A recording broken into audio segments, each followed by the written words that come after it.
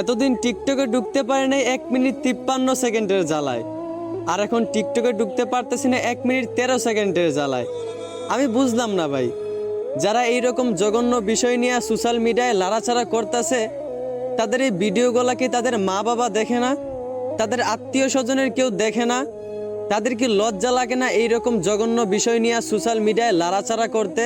আর এই 1 minute 53 second আর 1 minute 13 second viral হওয়া মেয়ের মা বাবাও কেমন? তারা কি তাদের মেয়েদেরকে এই শিক্ষা দিয়ে গড়ে তুলছে?